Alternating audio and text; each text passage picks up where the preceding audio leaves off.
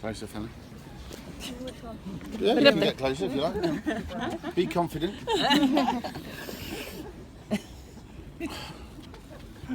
Thanks.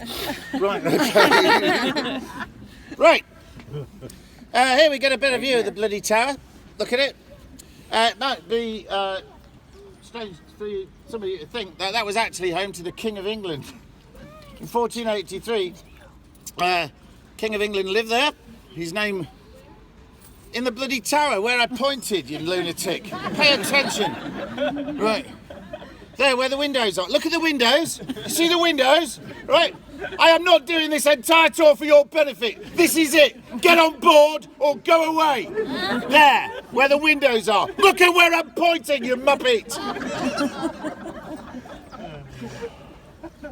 I was going to tell you a really exciting story about that, but now we've got no time.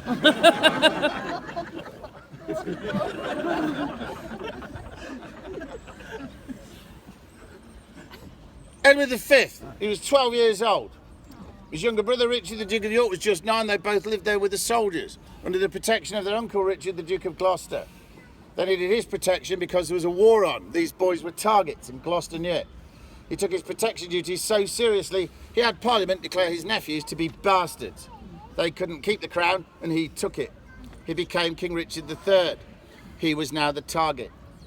His nephews continued to play safely in the grounds long after his coronation, and that's all documented fact. It's also a fact that these boys disappeared. Rumour at the time was they were spirited away to Ireland, where they'd be safe. But Shakespeare tells us that one night in 1483, they fell asleep up there and never woke up. Because during the night, they were smothered to death with their own pillows. Stabbed with a dagger, for good measure. I'd like you children, especially you young children, to think about that at bedtime. Their disappearance was a mystery for nearly 200 years. In 1674, workmen on the south side of this, the White Tower, removed a stone stowaway and discovered the remains of 2 small people. Now, the experts at the time declared these to be the bones of the princes, and Charles II commanded they should be laid to rest in Westminster Abbey in Innocents' Corner that he named in their honour. Who killed him? Don't know. Frankly, don't care. Everything that we've seen so far has been designed and built purely to defend this.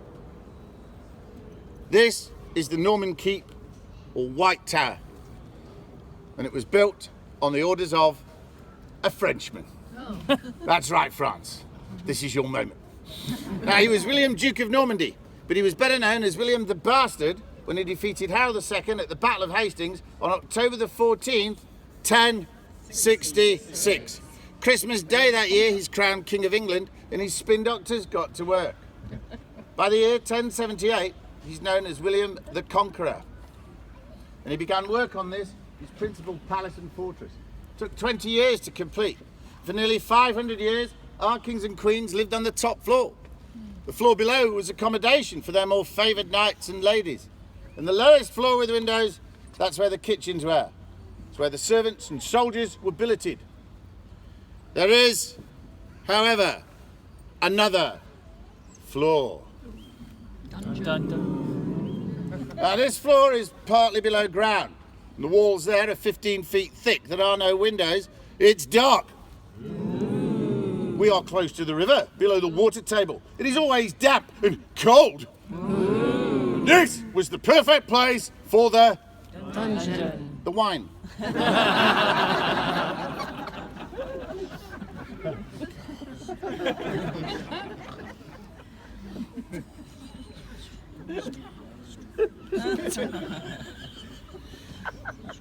Right, this is a palace and fortress. It is built to keep people out.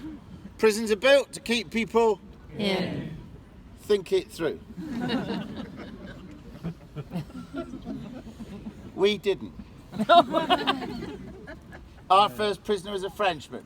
His name was Renaud de Flambard. He was the Bishop of Durham. And it would be complete insanity to lock a French bishop, or believe me, any bishop, in a wine cellar. I was an altar boy for 3 years. I never met a sober bishop. Renaud de Flambard was imprisoned as far away from the wine as possible, on the top of the southwest turret. That was the year 1100. And he got to know his warders really well. He would listen to their confessions. He would also offer them plenary indulgence. And you're looking at me going, Bill, what does plenary indulgence mean? I will tell you as best I can. Plenary indulgence is best explained as credit in the bank of sin. It is forgiveness for sins you've not yet committed, but you might want to in the future, and you're covered. It's an insurance policy for heaven. And like all insurance policies and credit schemes, relies on an outlay of money. What God ever needed with money, the bishops never fully explained. But they all look spectacularly wealthy. Make no mistake, the bishops of the Middle Ages were charlatans, and Ranulph de Flambard was no exception. He was loaded. He didn't need any money. So his guards paid him in wine that they brought up from the cellars in casks that were bound round with rope. You may know where this is going. He was in the habit of drinking with his warders, but one night the warders drank far too much and fell asleep. He saw his moment and seized it. He removed the rope from these casks, and this ancient French bishop rappelled 90 odd feet on an improvised line and got away. Our first prisoner escaped. He was our only prisoner at the time. He was 61 years old. One job. We failed. This may have become the most infamous prison in the world, but for years we had 100% escape record. And that's an important lesson, kids. It really is. Especially you kids, because you look like you're not doing terribly well at school. You're getting a lot of F grades, are you? D's, C's. It's okay, it doesn't matter. I know your parents are telling you to try harder, and your teachers are saying, oh, you should apply yourself more. Tell them it's bogus. Don't need to know, right? Life's a marathon, not a sprint. That's what you say to your teachers, right? I failed at school. Look at me now, kid. I live in a castle. In central London with parking.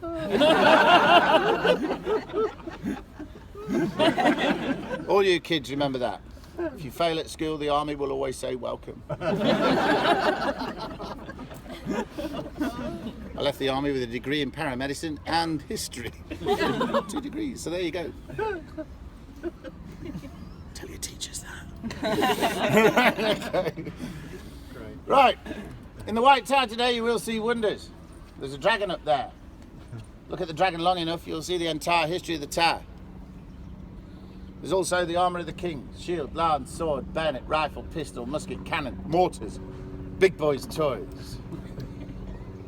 But up there, gentlemen, you're going to feel woefully, woefully inadequate at a very personal level. Check out Henry VIII's armour. You'll know what I mean when you see it. But I consider it my duty to warn you that those codpiece are an early foray into psychological warfare. This may need some explanation. Do you all see my head? Yes. Do you all see my hat? Yes. Psychological. My head doesn't go to the top. It's your natural assumption it must. In your minds, I am taller and arguably more fierce than I really am. But check it out.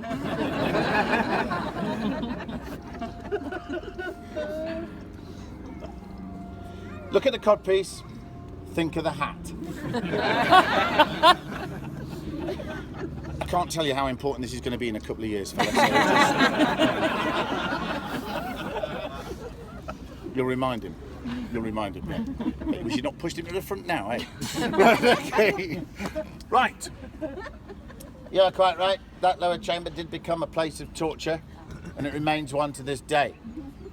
It's a gift shop now. All right. It's time for the survey shot. You're probably wondering, what's the survey shot, Bill? Well, this just lets our employers know how busy we are. Because believe it or not, we're trained to talk to 20 people at a time. That's what they think we do. So I like to give them just a bit of a panoramic shot to just see how busy we are. But I like to give them something more. If you're enjoying the tour, thumbs up. And if you're not enjoying the tour, thumbs up. If you want to go wild, do 2 thumbs and stick your tongue out. I want to see your thumbs, fella. Okay, are we ready? Ready? Get on it! All right. This panoramic shot will appear on Facebook, Twitter and Instagram under the account Billy Beefeater. See what I did there? Billy's my name, Beefeater's my job. I thought that through.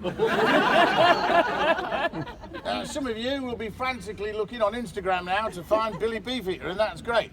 Billy Beefeater, Facebook, Twitter and Instagram. Give us a follow, and if you've got questions after the tour, you can ask me online.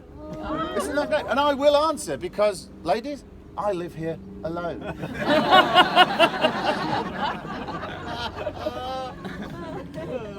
Okay, are we ready? Let's do selfies. Let's go. Hooray! And again. Yay! And again. All right, we're done. Right. Okay.